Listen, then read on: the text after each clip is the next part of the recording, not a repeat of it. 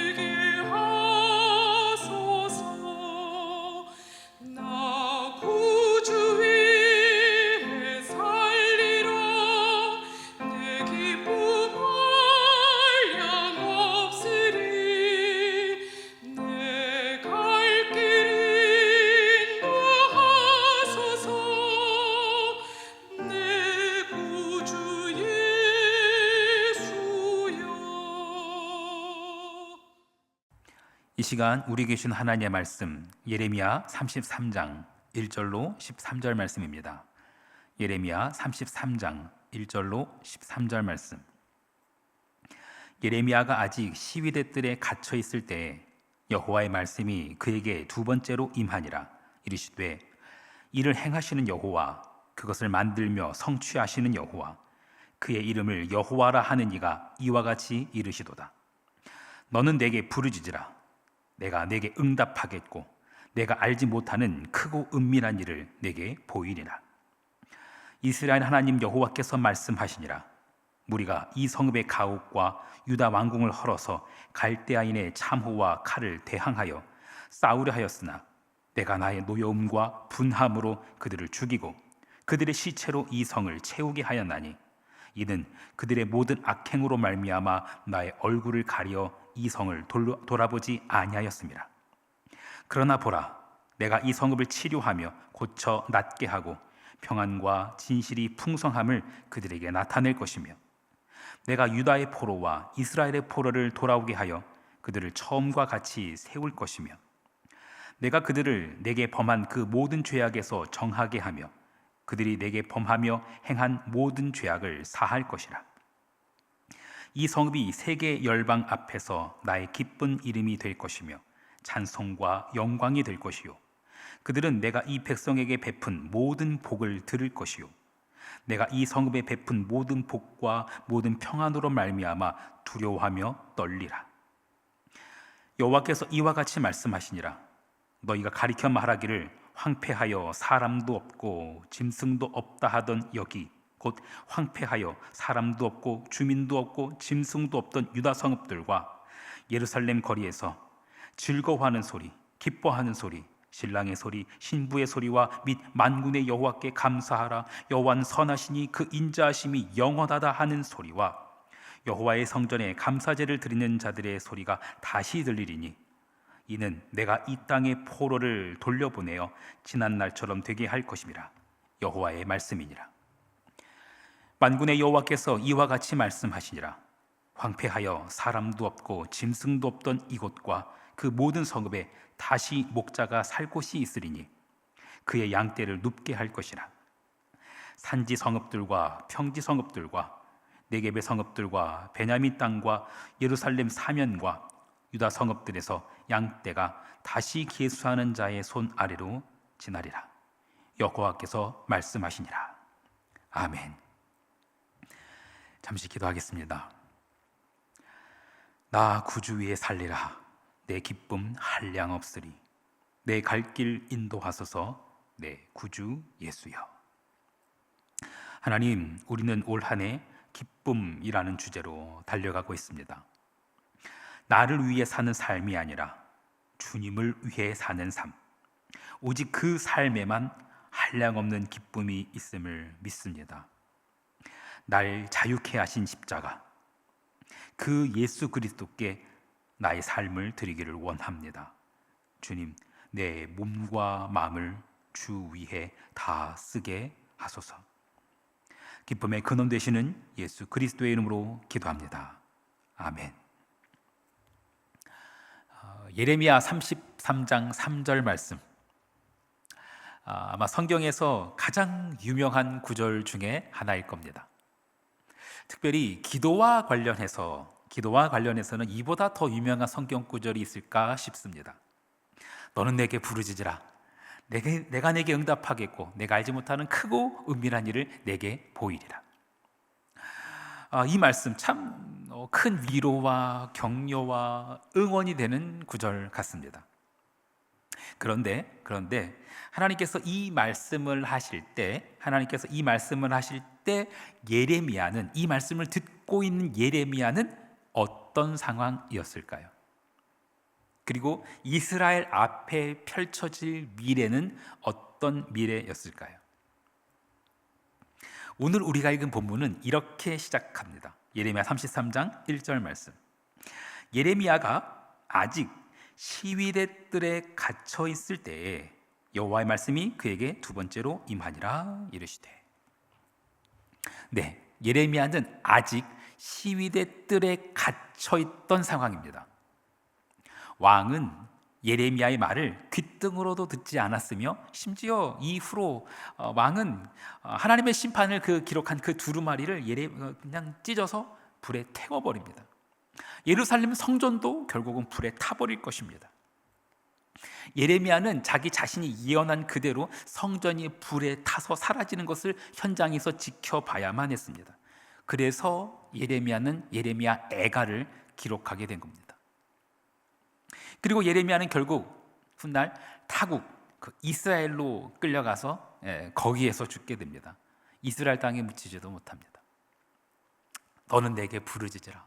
내가 내게 응답하겠고 내가 알지 못하는 크고 은밀한 일을 보이리라. 예레미야가 하나님의 이 음성을 들었을 때 과연 기쁨과 소망이 가득했을까요? 너는 내게 부르짖으라. 내가 내게 응답하겠고 내가 알지 못하는 크고 은밀한 일을 내게 보이리라. 이렇게 말씀하신 하나님께서는 그 뒤에 이어서는 뭐라고 말씀하실까요? 한번 읽어보겠습니다. 4절과 5절 말씀입니다.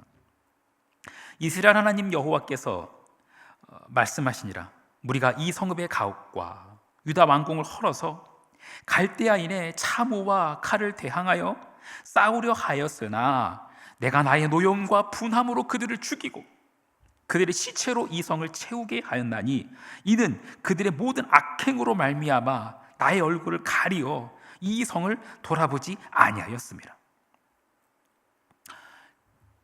끔찍한 말씀입니다. 설마 이렇게 하실까 싶습니다만 하나님은 정말 이렇게 하십니다. 유다 왕궁은 물론이고 그 성에 있던 모든 사람들이 다 죽임을 당하는 끔찍한 날이 도래하게 됩니다. 왕궁과 성전이 다 불타 없어지고요, 그리고 그 성은 시체로 가득하게 됩니다. 이런 심판을 말씀하시면서 하나님께서 하신 말씀입니다. 너는 내게 부르짖으라. 내가 내게 응답하겠고 내가 알지 못하는 크고 은밀한 일을 내게 보이리라.